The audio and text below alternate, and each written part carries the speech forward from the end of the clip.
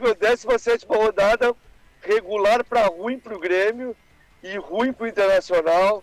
Eu digo regular para ruim para o Grêmio porque tu fazer um ponto fora de casa, dependendo da circunstância, até não é ruim no Campeonato Brasileiro, pode ser regular. Mas foi ruim também em parte porque o Grêmio viu os adversários ganharem e perdeu a vice-liderança. E outra coisa, outro fator importante, o Grêmio jogou muito pouco futebol, principalmente no primeiro tempo. O Grêmio não criou absolutamente nada. As apostas do Renato não deram certo, que foi principalmente o Natan no meio de campo, não deu nada certo. O Grêmio não conseguiu agredir o adversário, o Luis Soares isolado na frente. E aí no finalzinho ali, para a reta final do jogo, gol de cabeça do Goiás. E depois do finalzinho o André Henrique deu gol aos 49 do segundo tempo.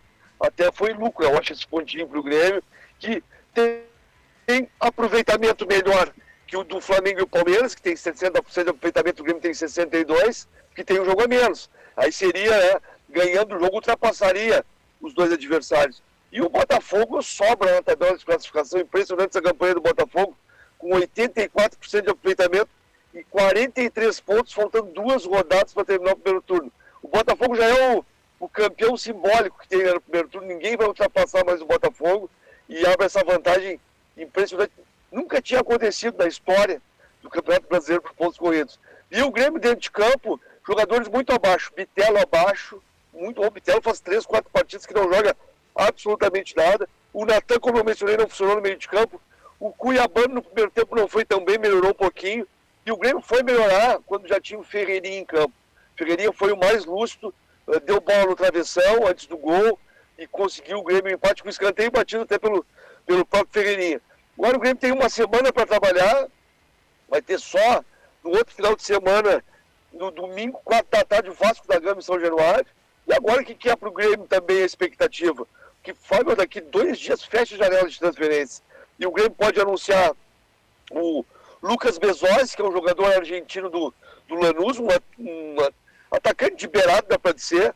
E tem o Brian Reina também, o peruano, que o Grêmio pode anunciar, porque está fechando a janela. O Grêmio espera anunciar até 3 reforços e dar uma qualificada no grupo, que depois, né, é o que temos, não tem mais o que fazer. Tem a desvantagem grande contra o Flamengo na Copa do Brasil. E no Brasileiro tem que tentar figurar ali do quarto para cima para conseguir vaga direta na Libertadores da América. Mas o desempenho do Grêmio dá para colocar Bahia pela Copa do Brasil, Atlético Mineiro pelo Campeonato Brasileiro, Flamengo pela Copa do Brasil e agora o Goiás. O Grêmio caiu muito de produção. O Grêmio não está jogando futebol, vinha jogando, jogadores individualmente caíram. E o Renato vai ter que dar uma ajeitada nisso com os reforços. Tem o Luan também, né, que está chegando, mas não sabe quando o Luan vai estar à disposição. Então, nesse momento, o Grêmio é quarto no campeonato, com 30 pontos e 62% de aproveitamento. Mas eu vou falar de Internacional no sábado. Olha, o Inter começou com uma intensidade, o jogo impressionante, marcação alta, amassando o Cuiabá no seu campo. E aí, a partir de 30, 35 do primeiro tempo, já estava 1-0 com o golaço do Bustos. O Inter parou de jogar. E aí o Cuiabá começou a gostar do jogo, empatou com um gol de cabeça. E no segundo tempo, simplesmente, o Inter não jogou futebol. Teve uma bola com o Alan Patrick no travessão, mas o Inter, o que acontece nesse esquema do Eduardo Cudê? Esse esquema é marcação alta intensidade. E o Internacional tem uma média de idade alta no seu time. Não tem como aguentar, marcar alto o tempo inteiro e fazer recomposição. Não tem que, nem os jovens aguentam. E o Eduardo Cudê tem essa característica. E o que aconteceu com o Inter? O Inter tomava o contra-ataque e os jogadores começaram a ficar amarelados. Teve mano a mano do mercado com o zagueiro, tanto que tomou 2 amarelos e foi expulso. Teve mano a mano do Titão. Essa vulnerabilidade defensiva do time do Cudê já foi visto lá em 2020. E acontece de novo. E o jogo contra o Cuiabá foi um exemplo disso. Não dá para manter essa intensidade com esses jogadores. Vai ter que ter um plano B. O Eduardo Cudê, principalmente para enfrentar o River agora, na próxima terça-feira, amanhã, né, 9 da noite, lá no Monumental de Nunes. E o que fica de ruim para o Internacional também essa derrota? É a falta de vitórias no mês de julho, que não vai ter uma vitória. E a questão da tabela de classificação, que o Inter agora é 12º com 23 pontos e apenas 45% de aproveitamento. Claro que tem que virar a chave agora, focar no River Plate, mas o campeonato também preocupa. O próximo adversário é o Corinthians, no sábado, dentro do Beira-Rio, e depois o Inter fecha o primeiro turno contra o líder Botafogo, lá no Rio de Janeiro. Então o sinal de alerta ligado, e aí vem todas aquelas questões à tona, né, Fábio? E aí, será que era mesmo para demitir o Mano Menezes? O Eduardo Cudê, tudo isso, como acham alguns torcedores, eu acho que é tudo meio termo. O Mano Menezes poderia ou não ser demitido, não tem problema, porque o trabalho não vinha sendo bom também, mas o Cudê não é o salvador da pátria. E esse esquema Eduardo Cudê, já conhecido no nosso futebol do Rio Grande do Sul, demanda tempo para ter entrosamento e para colocar em prática, principalmente das características que ele gosta de jogar. Então, né, vai ser uma parada dura terça-feira, mas vamos ver se o Internacional volta vivo para Porto Alegre para depois tentar a classificação dentro do Beira-Rio no dia 8. O Flávio, tem gol qualificado nessa parte da Libertadores? Não, o gol qualificado terminou, Fábio, no futebol sul-americano. O gol qualificado terminou na Copa do Brasil, onde foi instituído no Brasil lá em 1989.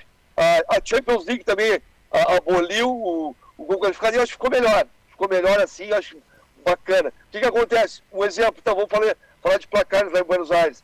Inter empata 1-1. 0-0, 2-2, 1-1 de novo, decisão por pênalti. Quem ganhar leva. O Inter ganha de 1-0, empatando no Beira-Rio, está classificado. O Inter perde por 1-0, ganha por 1-0, vai para os pênaltis. Se não, 2 gols de diferença. É assim que vale a Libertadores da América a partir das oitavas de final. Sim, exatamente. Bom, vamos ver o que vai dar, né, Flávio Torino? O Inter já está indo para lá ou já foi para lá? Vai hoje, o Inter vai hoje. O Inter vai hoje para Buenos Aires. Vai hoje para Buenos Aires, vamos torcer.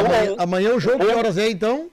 9 da noite amanhã, nós vamos fazer uma arquibancada acústica, Fábio, antes do jogo, uma prévia ali, depois tem o jogo, vamos estar acompanhando tudo isso. Tem Copa Sul-Americana e a gente vai falar muito disso amanhã de manhã, na primeira hora, e à noite no... E a volta é na outra quarta-feira, 9 da noite também. Na outra terça. Outra terça, 9 da noite. É isso aí, no Beira-Rio. Pois é, tá aí. Então o Inter tem que vir bem, porque o Inter tem uma força imensa dentro do Monumental de Luiz, com 85 mil pessoas, um time que cresceu nessa fase final de Libertadores e foi campeão argentino há 2 semanas. E o Inter nessa instabilidade. 15 dias que tem um treinador novo. E quando é para dar confiança contra o Cuiabá, que é meio de tabela, mas geralmente é parte de baixo, o Inter não dá a resposta aí, o torcedor ficou preocupado, realmente.